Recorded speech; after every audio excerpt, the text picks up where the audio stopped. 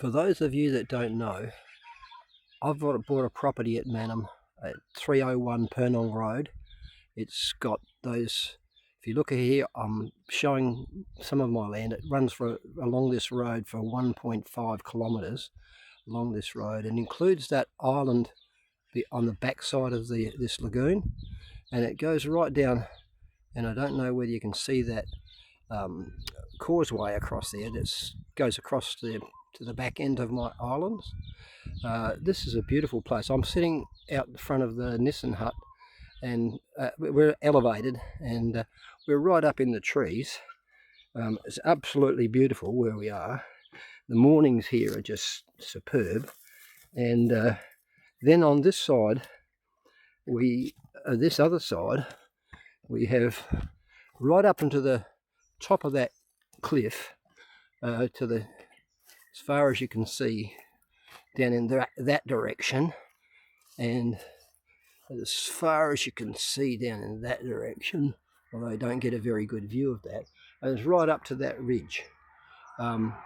I'm going to be transforming this part through regenerative agriculture. We're going to grow lucerne tree and saltbush in rows, and follow the contours and hold the water in this area. So it's going to be a very interesting experiment over the next period of time, and I'll try and keep you posted. We've spent the most of the last 20 weeks doing really long days, trying to remove the rubbish from this place. There was a lot of scrap and junk, and we're in the process of really tidying it up. It's going to be a very interesting process to see how we go with it, and so I'm going to keep you informed through Facebook. I showed you earlier the view of the water from our Nissan hut. You can see over in the background. Those Nissan huts were made in World War I and World War II as army barracks, and in 1956 floods, they built them up here on the Murray to house people. They used to assemble. They're prefabricated. They were assembled in a day, and troops were sleeping in them on the second day. They've got a great history, the Nissan hut, Nisen, and they're named after the soldier that designed them. And that was the pictures I took this morning, were from in the balcony of that. If you look out here, I'm at the cottage now, the actual home that would have been built here in the early 1850s. And the temperature in here is unbelievable. In the evenings, when it's hot, the land stays hot and the water cools down, and the hot air rises above the land, and we get what we call a sea breeze, or a water breeze. We've got a little clearing down there, but we've got 1.6 kilometres of waterfront from just beyond our causeway right down to the end of those islands on the other side.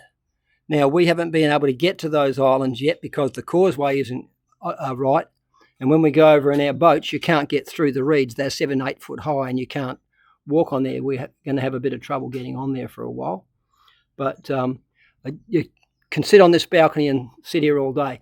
We have got a few trees like that peppercorn tree that we want to remove and replace with something better, but at the moment it provides great shade. So that's what this view is like. I'll go down now and show you the view of this house from down the bottom. Here's the view of the cottage from down on the roadway just before the waterfront.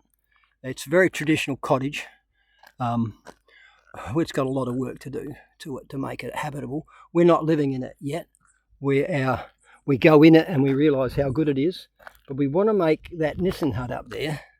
You can see my Australia Day flag flying proudly there.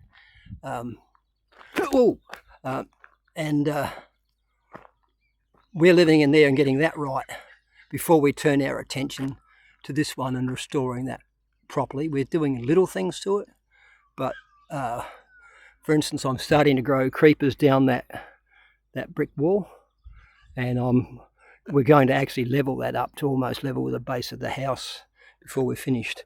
If I show you where we are on our waterfront, this is where we have our beachfront at the moment, and just putting in some gates over the next couple of weekends.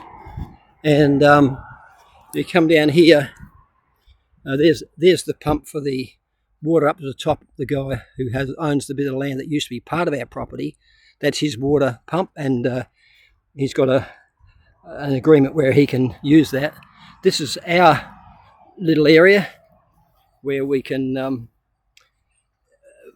there's a windmill sitting there that's going to be restored and put up. It'll supply us with water up the top. But that's our little area, and it goes the other way down. That's one of our boats. We've got 3 or 4 of them now.